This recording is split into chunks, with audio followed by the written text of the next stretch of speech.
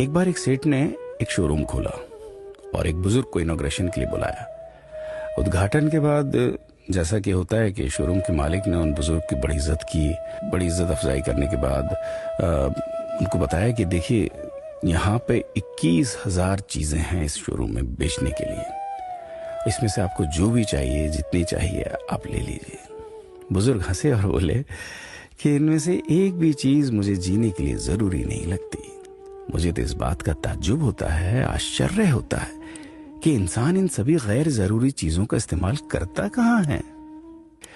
अब देखिए, air freshener के बिना किसकी सांस रुक गई? फेस वॉश का इस्तेमाल नहीं किया तो कौन काला हो गया?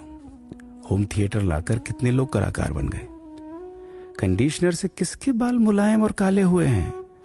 अरे, जो डाइनिंग टेबल यूज करते हैं, क्या उनके घुटने नहीं दुखते? थोड़ा दिमाग पर जोर डालकर याद कीजिए कि हैंड वॉश के बिना आपके किस दादा के पेट में कीड़े हो गए थे। अगर हम डीओ मारकर निकलते हैं तो क्या लोग हमें सूंघने आते हैं?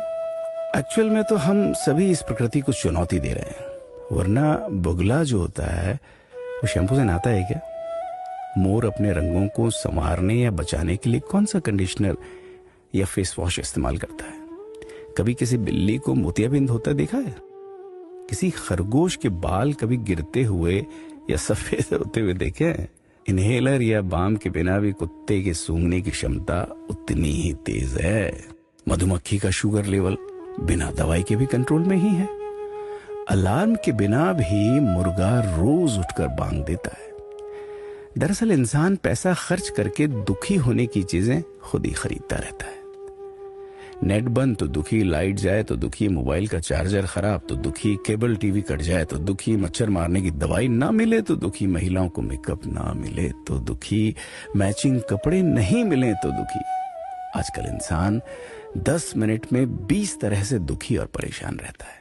बाकी तो गुड़ की रोटी या प्याज रोटी खाकर हाथों का तकिया बनाकर पीपल के नीचे जो आराम से सो जाता है, उसे दुखी करने के लिए तो फरिश्तों को नीचे आना पड़ता है।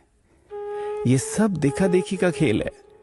सच तो यह है कि सुखी रहने के लिए बहुत कम खर्चा होता है, लेकिन दूसरों को दिखाने में कि मैं कितना सुखी हूं, इसी में बहुत ज्यादा खर्चा होता है। जैसे जैसे सुविधाएं बढ़ रही हैं, दुखी होने के रास्ते भी खुलते जा रहे हैं। अगर आपको ये सब सच लगता है तो लोगों को जागृत कीजिए और फिजूल खर्च से बचाइए। दोस्तों, खुद सुखी होने के लिए खर्च कीजिए, दूसरों को दिखाने के लिए नहीं। हाँ, लेकिन अपना ख्याल रखिएगा।